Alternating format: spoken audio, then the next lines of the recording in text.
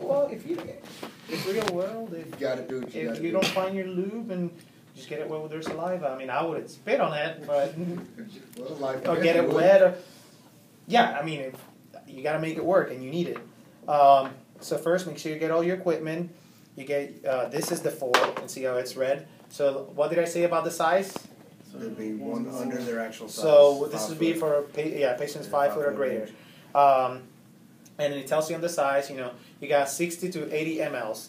So with 60 to 80 mLs, you can inflate. I normally go in between, so like 70. But the problem is that most of them will go to the 60, to the minimum. So this one is 60. So you make sure your equipment is working. You hook it up. It's inflating.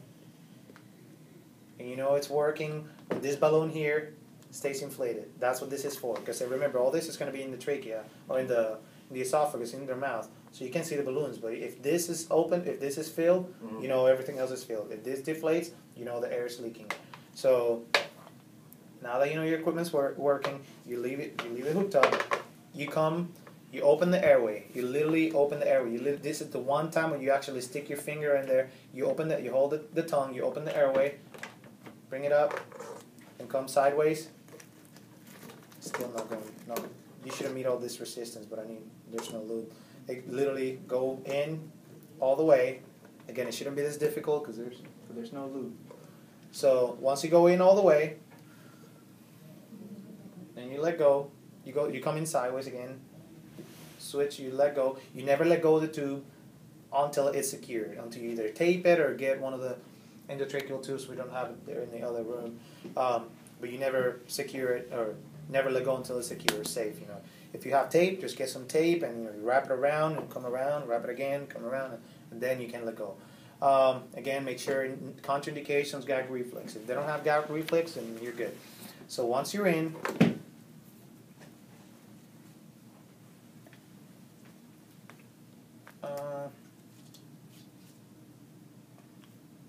once you're in, you inflate again, and because of the small balloon outside, and you let go. All this should be already, ready to go. You hook up the BVM there. You start bagging. As you start bagging, you start pulling out a little, few inches, until you get good rise and fall. That way you know that the orifice is there is coming out in the rise and fall. Exactly. So now when you get good rise and fall, this is mannequins in there. Remember, this is loose, it's not inflating all the way. But what's the best way to know if you're doing it right or not? Chest rise. Good chest rise and fall, and auscultate, pretty much. Remember, this is not a secure airway, so there's a possibility of air going into the belly still, even though it's reduced. There's a possibility.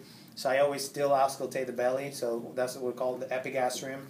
Every time the patient's intubated or whatever, check the epigastrium first, right up here, the upper belly where the stomach is.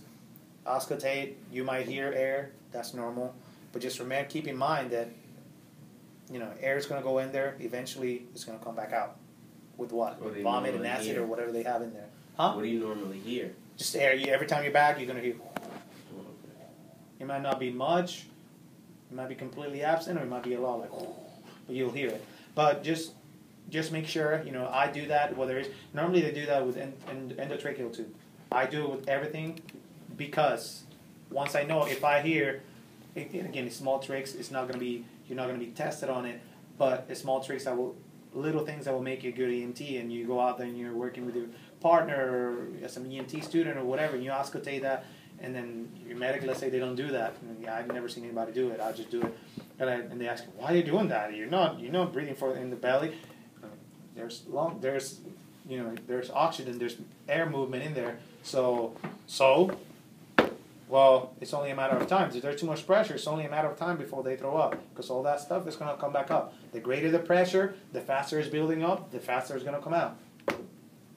Simple. So, anyways, you moved out, you pull it back a little until you got good chest rise and fall.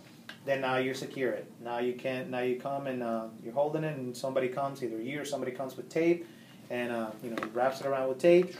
You can swing it around a few times, come around, swing it again, come around, and now that it's secure, it's in the mouth. You don't have to hold it. Always recheck, and you wanna mark where you had it in the teeth. See the 16 centimeters here, right here. See the teeth, 16 centimeters. You want to mark it. You know, I would write on the tape or whatever, or on your glove or whatever. 16 centimeters. You know, the measurement. Because now you know for the next time. Let's say 5 minutes later when you're reassessing, the tube is like out here, and you see 16 centimeters. Oh crap! You know, now it's almost 14. That means the tube came out a little. You got to reassess. I still got good chest rise and fall. Okay, if it came out too much and there's no chest rise and fall, then you know that you're out. You got to take it out. Or deflate it and try it again or whatever, but that's pretty much how it works. Any questions?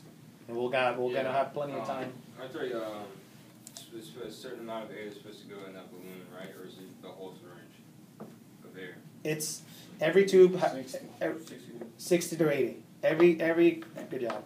Every tube has a different setting. This is 60 to 80. I think this is 70 to 90. I thought there was another purple one around.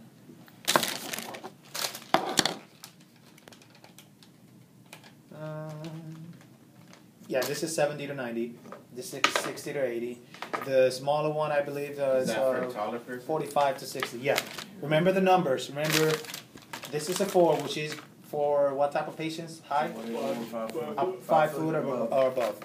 This is number 5, and it's purple, so it's for 6. So exactly. So remember, it's going to be yeah, this is the average one that we use. I never use a purple one. So the pediatric or The children? pediatric is yellow. It's in the other Yellow. room. So it's going to be 45 to 60. 45 to 60, correct.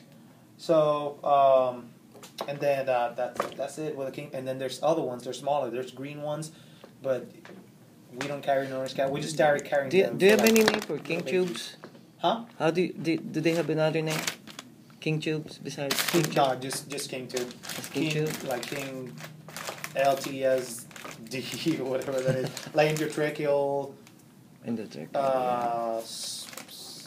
Sub. So they use that in a universal language. Yeah, but king. Yeah, king? that's it. Okay.